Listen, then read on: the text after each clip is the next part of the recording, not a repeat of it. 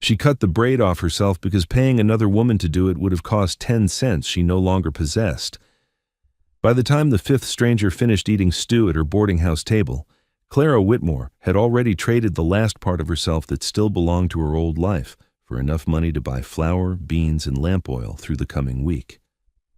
The cowboy sitting near the stove said almost nothing while he watched her pin the shortened hair beneath her collar as though she had always worn it that way. The town believed he had only stopped for supper before driving cattle north at first light. What none of them understood yet was that he would remember that moment long after every other face in the room had faded. This is not a story about rescue.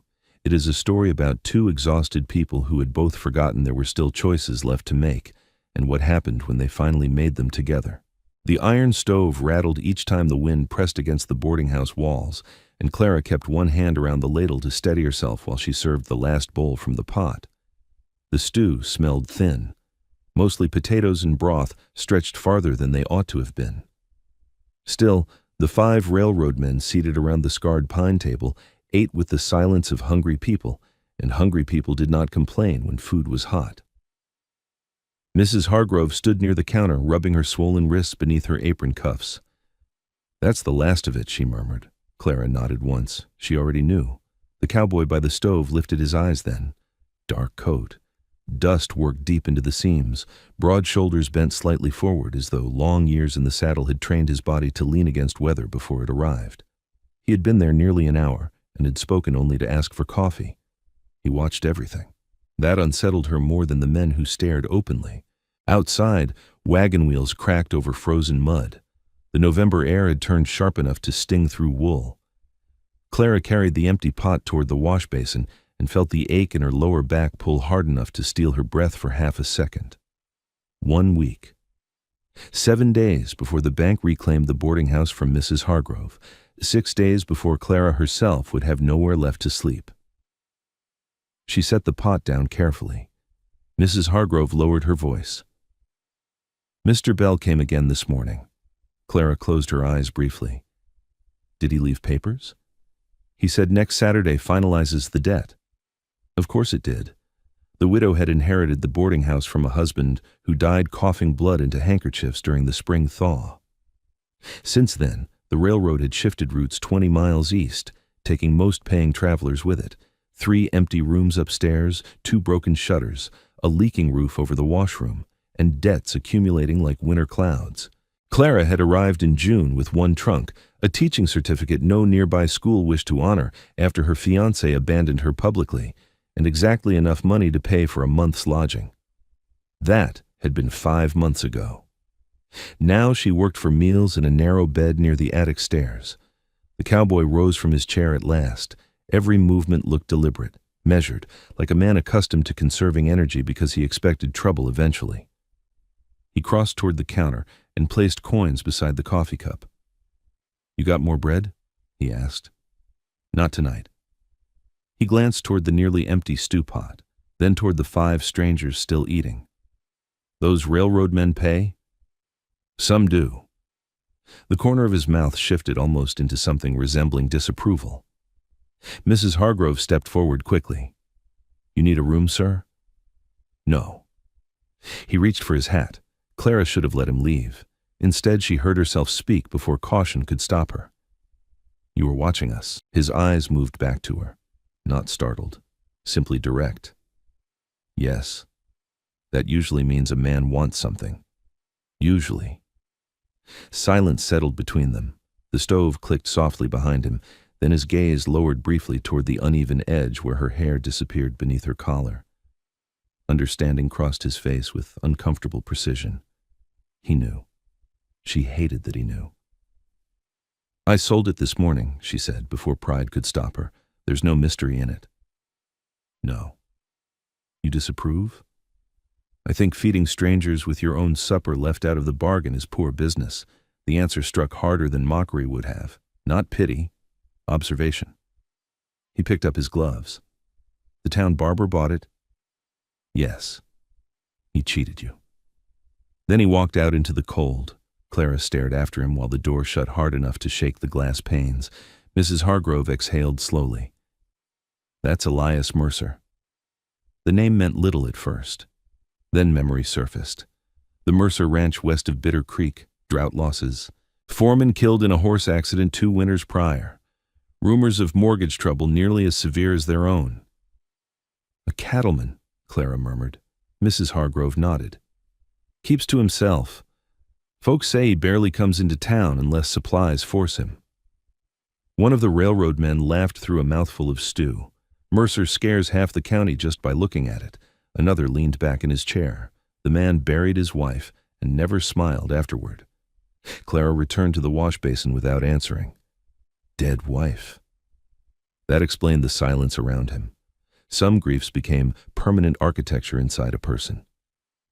Later that night, after the travelers stumbled upstairs carrying kerosene lamps, Clara stood alone beside the kitchen window, drying cracked hands near the stove. Snow threatened beyond the black horizon. 1 week. She tried not to think about where women without money ended up once winter settled properly across the plains. A knock sounded at the back door. Mrs. Hargrove had already gone to bed. Clara opened it cautiously. Mercer stood outside holding a paper-wrapped bundle. Cold air rushed in around him, smelling of leather and horses. He held the package toward her. The barber sold it back. She stared. No. He overcharged you. I cannot repay. I didn't ask. She looked at the package but did not take it. The braid rested inside, cleaned, retied with a different ribbon. Something sharp moved unexpectedly through her chest. Why? He shifted once beneath the porch lantern. Because a woman shouldn't have to buy back pieces of herself from cowards. Then, almost like the words irritated him after they left his mouth, he added, "Storm's coming," and walked away. By dawn, the first snow had covered Bitter Creek in white-crusted silence. 3 days later, the bank representative arrived. Walter Bell smelled faintly of pomade and cigar smoke even before he removed his gloves. Everything about him appeared carefully maintained, from polished boots to silver cuff buttons. Clara disliked him instantly each time he entered the boarding house because he looked at debt the way butchers looked at hanging meat. Mrs. Hargrove sat rigid beside the ledger while Bell reviewed papers. "You understand the deadline remains unchanged," he said smoothly. "We need until spring. You needed until spring in August." Clara carried coffee toward the table. Bell's eyes lingered on her shortened hair. Recognition followed. "You're the school teacher." "I was. Unfortunate business with that lawyer's son." Mrs. Hargrove stiffened. Bell smiled faintly into his coffee cup. "Small towns, remember." Clara set the pot down harder than intended. "I've noticed." Bell opened another folder. "The property transfers Saturday morning if payment fails. You may remain through Sunday evening while arrangements are made." "Arrangements?" Mrs. Hargrove repeated weakly. "For relocation." Relocation. As though homelessness could be filed neatly onto paper. Clara spoke before caution intervened. "What amount remains?" Bell looked amused. $283 including penalties. An impossible sum. Still, she asked, and if someone negotiated a partial extension? Someone with collateral might. His gaze slid deliberately across her worn dress. Humiliation flushed hot beneath her skin. Bell closed the ledger. "Good day, ladies." The door shut behind him. Mrs. Hargrove pressed shaking fingers against her mouth. "I don't know where I'll go." Clara stared at the accounts spread across the table. Numbers settled easier in her mind than fear did. Room income, food cost, outstanding supply debts, missed payments. A thought formed slowly. Not enough to save the boarding house, but perhaps enough to bargain for time. If we reduce supply purchases and lease the back stable, lease it to whom? Clara stopped. Outside, hoofbeats approached through snow.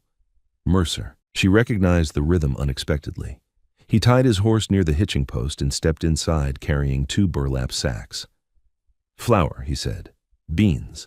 Mrs. Hargrove blinked. "We cannot pay for—" "You can later." Bell had not fully reached the road yet.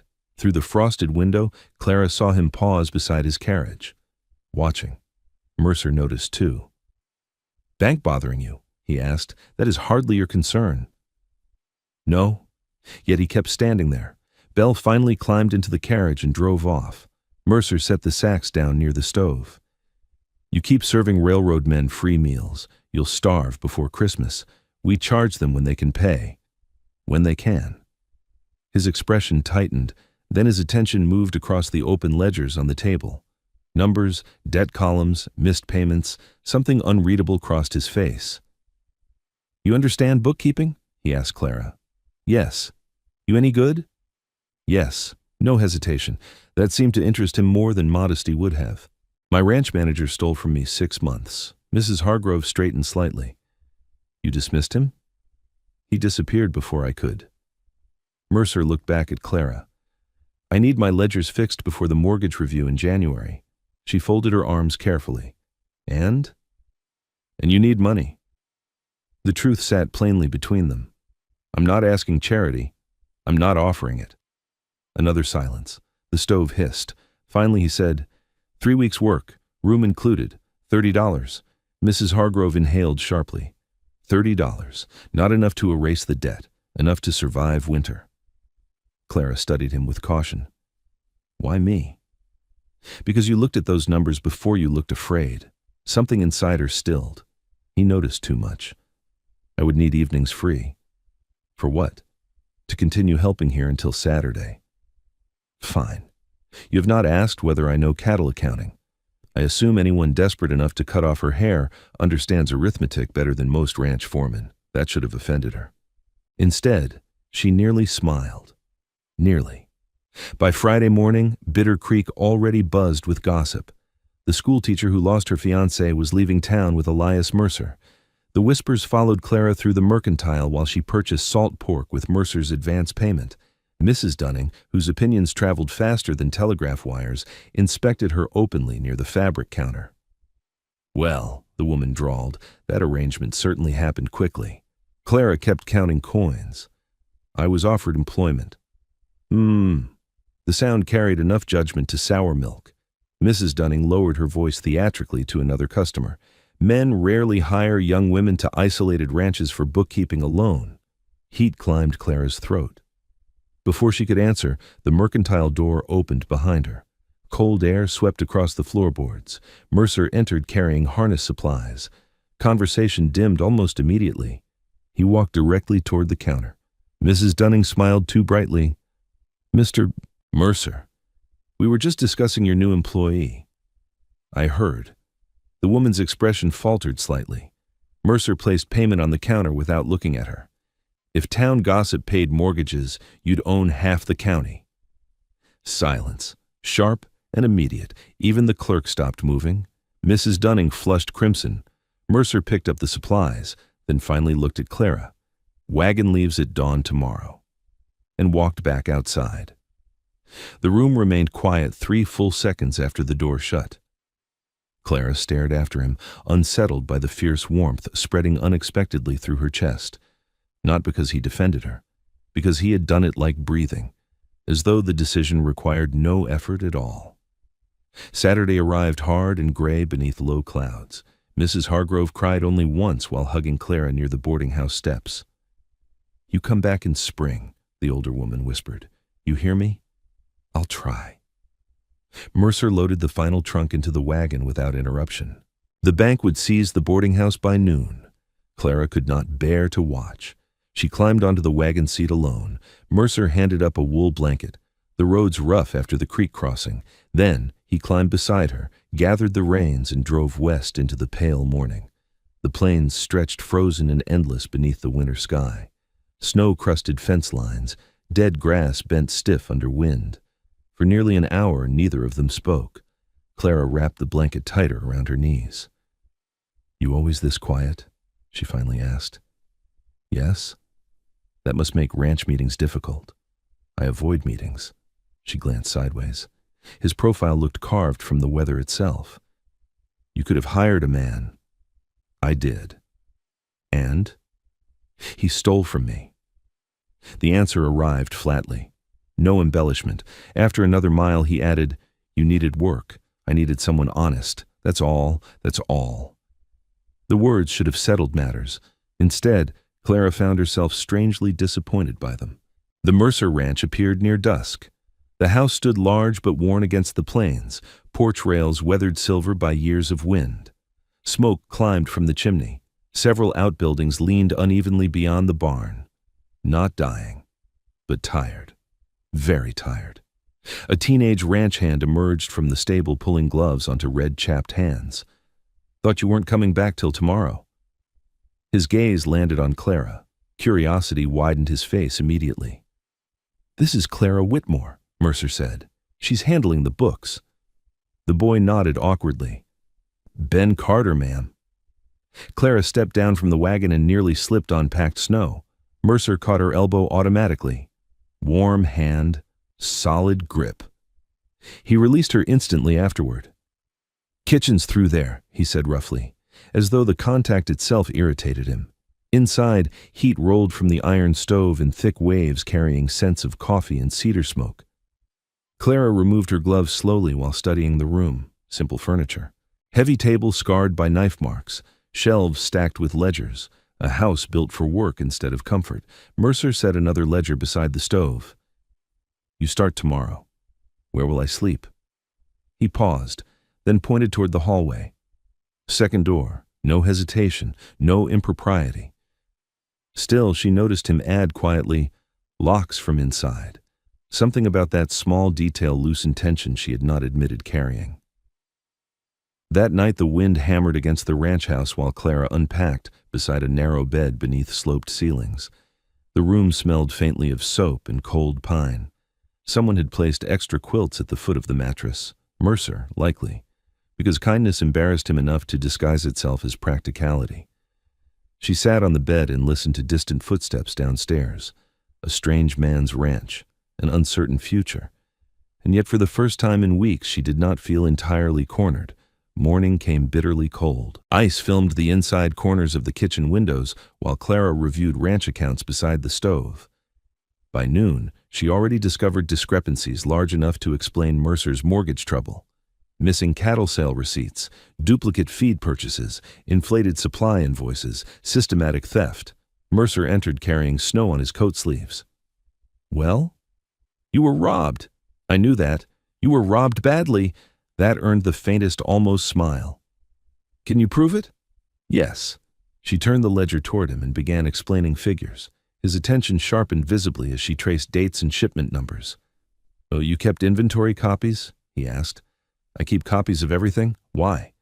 "Because people lie." The words slipped out before she could soften them. Mercer studied her for a long moment, then nodded once. "Asking questions about my ex-foreman won't go well in town." "I assumed." "You still willing?" "Yes." Again, no hesitation. He leaned one shoulder against the table, watching her differently now. Not cautiously. Evaluating. Respect beginning where suspicion used to sit. 3 days passed beneath steady snow. Clara worked mornings with the ledgers and afternoons wherever labor required extra hands.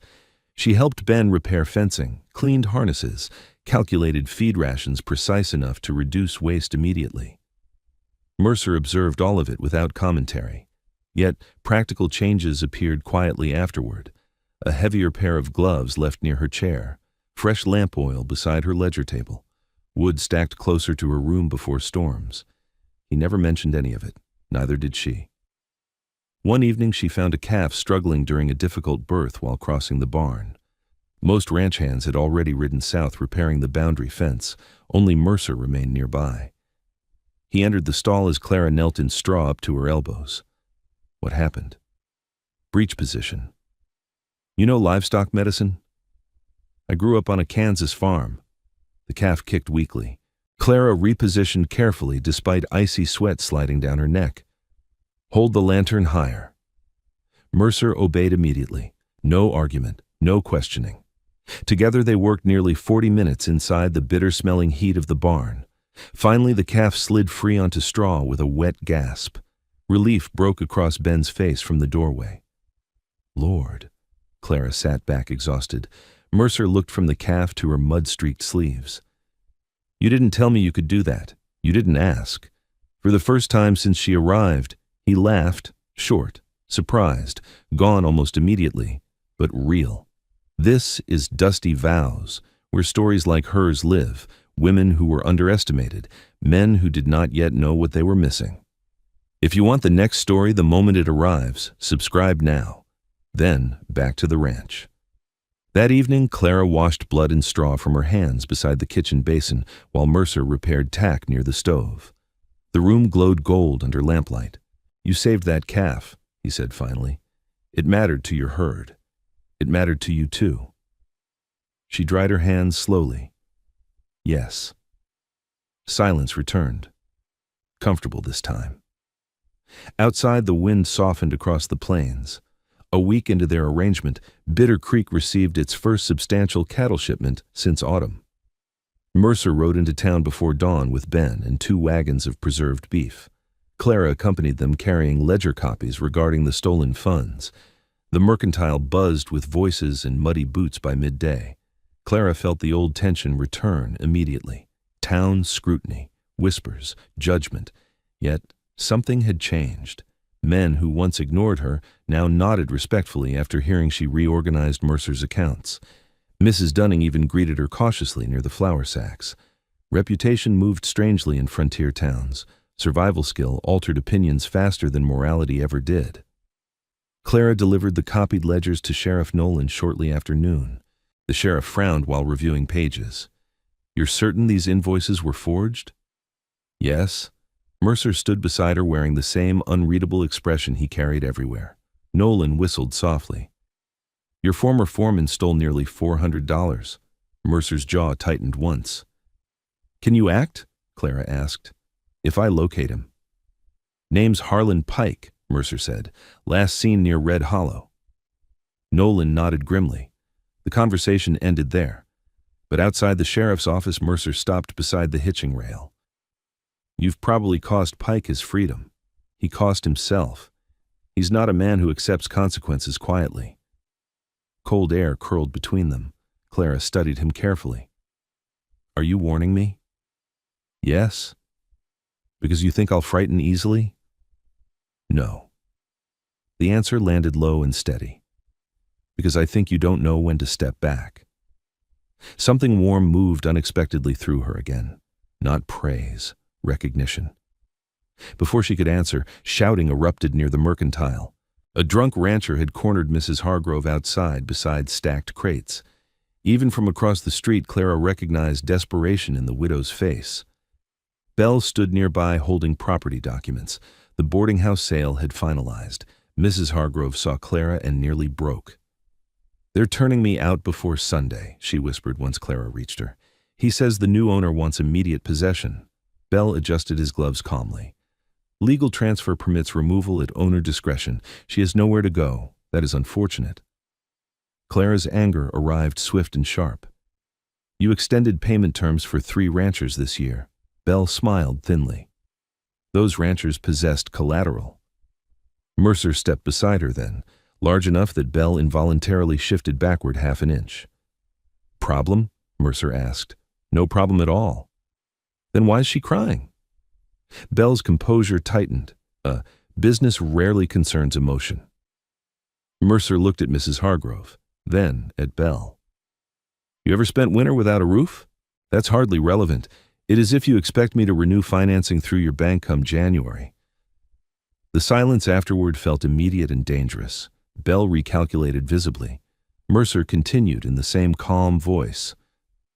"You got 3 empty tenant cabins east of town. Put her in one till spring. You cannot negotiate bank policy in the street." "No, but I can choose where my cattle contracts go afterward."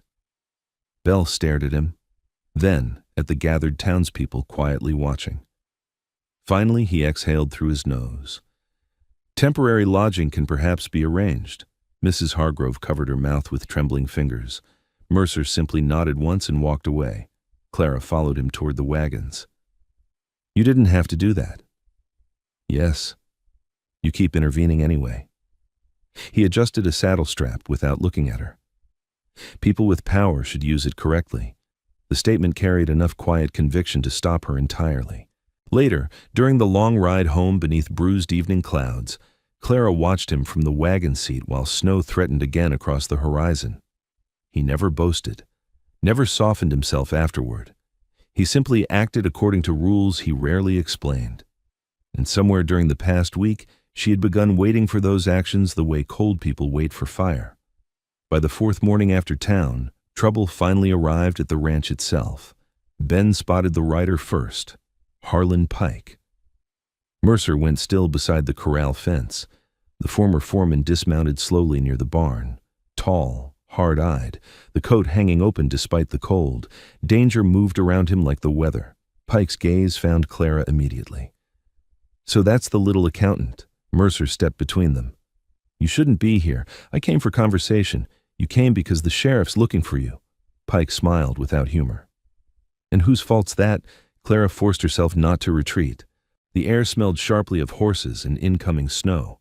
Pike tilted his head toward her. "You think papers prove anything?" "They prove enough." "You got courage." Mercer's voice hardened. "Leave." For one long second, Pike looked ready to refuse.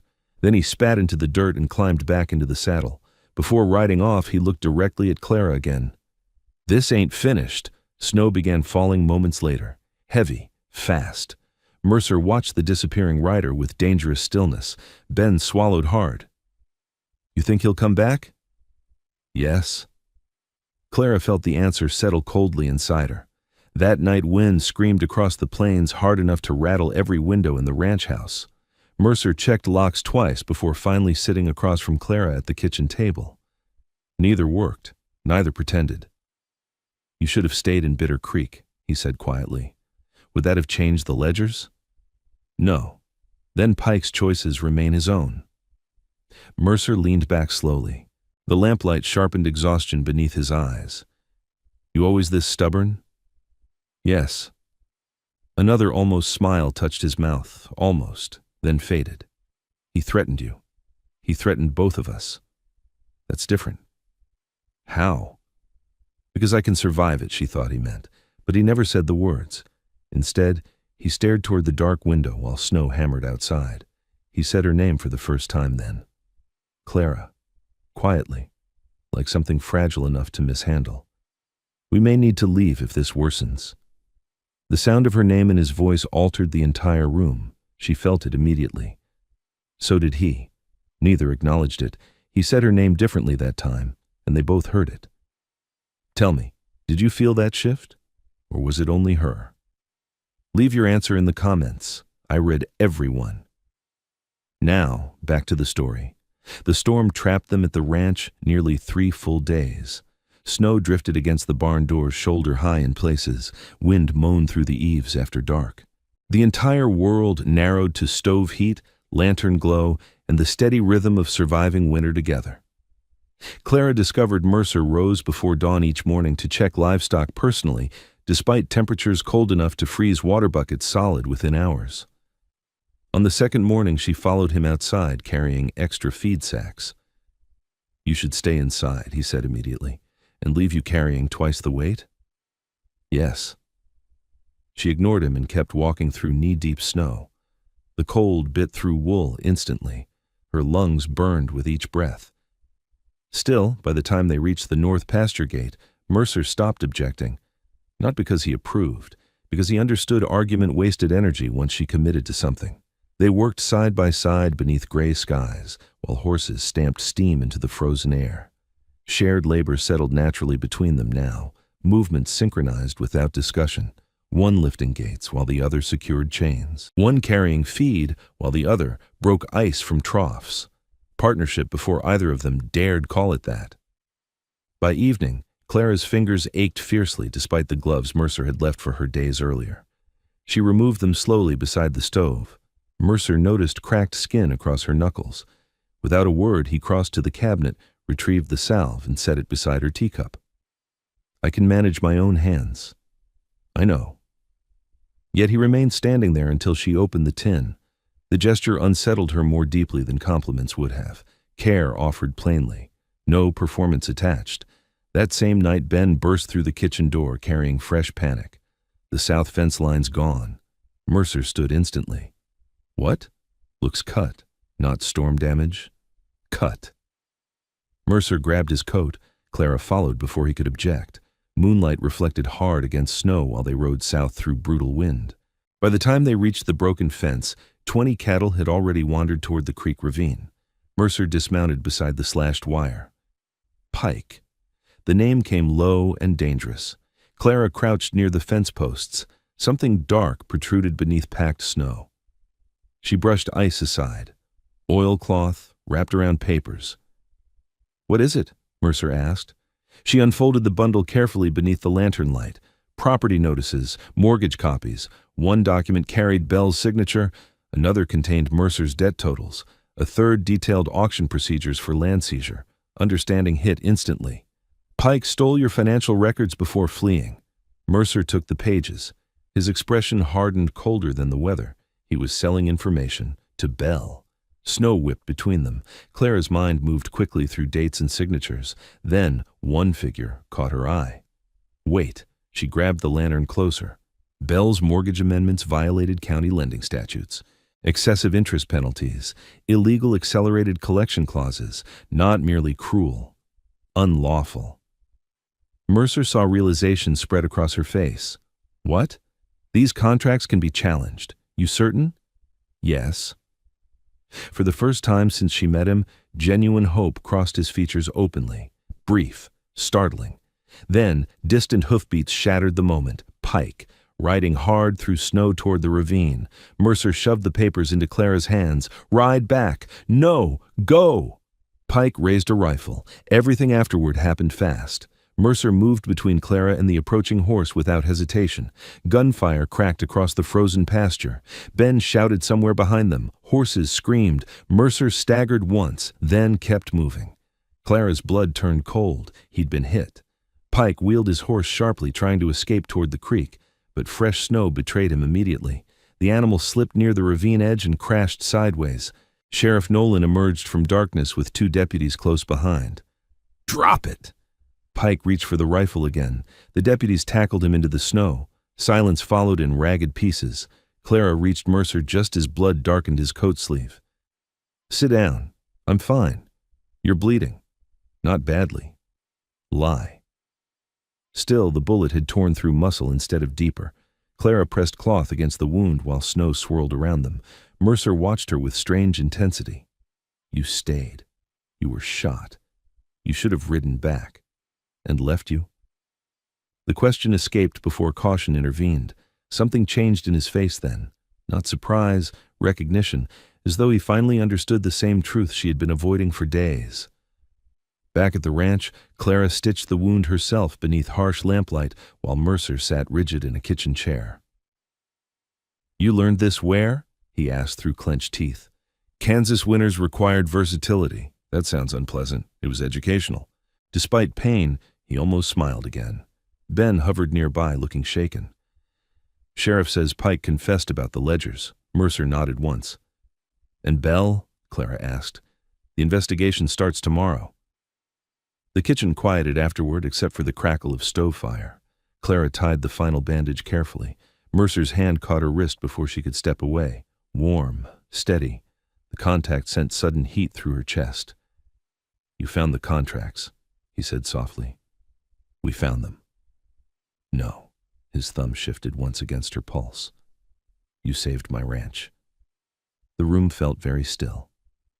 Ben abruptly remembered urgent stable duties and disappeared outside. Neither noticed until the door shut. Clara became acutely aware of Mercer's hand around her wrist, of the storm easing beyond the windows, of the dangerous tenderness growing silently between them. She should have stepped back. Instead, she asked quietly, "What happens now?" Mercer looked at her a long moment before answering. "Depends whether you still plan on leaving after 3 weeks." The words carried no demand. Only the truth. And uncertainty. That unsettled her more than confidence would have. 2 weeks later, the county court suspended Mercer's mortgage review pending investigation into Bell's lending practices. Pike awaited trial in the county jail. Bitter Creek transformed overnight from suspicious gossip to cautious admiration. Mrs. Dunning even delivered a pie to the ranch under the thin disguise of gratitude for Mercer's pressure, helping Mrs. Hargrove secure housing. Clara accepted it politely while hiding amusement. Reputation truly was fragile currency. By late December, snow softened across the plains beneath pale winter sun. The ranch breathed easier now, accounts stabilized, feed losses reduced, herd numbers improving. Mercer healed slowly. Yet some tension remained unresolved between them. Neither spoke directly about what had changed after the shooting. They simply moved carefully around it. Until the night Clara packed her trunk, Mercer found her folding dresses upstairs beneath a lamplight. "You leaving tomorrow?" Not a question. My arrangement ended. The words sounded thinner than she intended. Mercer stood silent near the doorway. Cold air drifted faintly through the hall. Finally he asked, "You got somewhere else? Perhaps Denver by spring?" "Perhaps." She closed the trunk halfway. "I can teach again once schools reopen. You want to?" The question stopped her. Did she? Or had survival simply trained her to keep moving before roots could form anywhere? Mercer stepped fully into the room then, first time since her arrival. The gesture itself felt significant. "You reorganized the ranch," he said quietly. "Saved the mortgage. Kept my herd alive during storm season. Ben listens to you more than me half the time." A faint smile touched her mouth. He continued, voice rougher now. The house stopped feeling empty too. Silence pressed heavily between them. Clara's pulse quickened painfully. Mercer looked like a man forcing himself across dangerous ground, carefully, deliberately. "You said once people lie," he murmured. "The truth is I've been trying not to." Her breath caught. He said her name again, second time. Clara. Different now, warmer, chosen. "I don't know much about starting over correctly," he admitted, "but I know I don't want this ranch without you in it anymore. No grand declaration, no practiced romance. Only plain truth laid carefully between them, the most honest thing either of them had received in years." Clara crossed the room slowly. The floorboards creaked beneath her steps. "You never asked me to stay. I'm asking now." He looked almost braced for refusal. That hurt her unexpectedly, as though life had taught him too thoroughly that wanting people often ended badly. She reached for his injured arm carefully. "You should know something before I answer." His eyes lifted to hers. "I was never afraid of the work here, no. I was afraid of needing it." Understanding moved across his face with quiet force. Then he lifted one hand slowly, giving her every chance to step away. She didn't. His fingers touched the shortened edge of her hair where it curled softly near her collar now. "You keeping it this way?" he asked. "Perhaps it suits you." She laughed once under her breath, soft, real. Mercer stared at her like he had never heard that sound before. Then she answered the question neither of them could avoid any longer. Yes, no hesitation. None. Winter settled fully over the plains after that, not easier, not gentler, simply shared. Clara remained at the ranch through Christmas, then January, then the thaw creeping slowly across February fields. She converted the unused front room into a proper office, reorganized contracts, negotiated fairer cattle rates with merchants who suddenly discovered respect for women carrying ledgers. Mercer never interfered, only watched sometimes from the doorway with that same steady attention he carried the first night in the boarding house. Except now warmth lived beneath it. Ben noticed first. "Boss keeps finding excuses to stand wherever you are," he told Clara while repairing tack one afternoon. "He owns the ranch." Still. The boy grinned openly before ducking her disapproving look. Even Mrs. Hargrove saw it during her first spring visit. The older woman sat near the kitchen stove drinking coffee while Mercer split wood outside. "He watches for you before he enters rooms," she said quietly. Clara glanced through the window instinctively. Mercer looked up at the exact same moment. Their eyes met. Neither looked away immediately. Mrs. Hargrove smiled into her cup. There it is. By April, the ranch no longer felt borrowed. It felt earned. One evening after supper, Clara found Mercer repairing porch railing beneath a fading sunset. The plains stretched gold beyond the fields while cool spring wind carried damp earth and cedar smoke together. He looked up as she stepped outside. "Cold?" he asked. "A little." Without comment, he set aside the hammer, removed his coat and draped it around her shoulders. Practical, automatic, completely irreversible. She leaned beside him against the porch rail while dusk settled slowly over the ranch they had both nearly lost. Mercer's hand rested near hers on the wood, not touching, waiting. Clara looked at it once, then slid her fingers into his. He went very still, then held on. No performance, no audience. Just a quiet choice made by two people who finally understood survival did not have to mean solitude. She walked into that winter with half her hair gone and nowhere left to stand. He began at believing isolation was safer than depending on anyone again.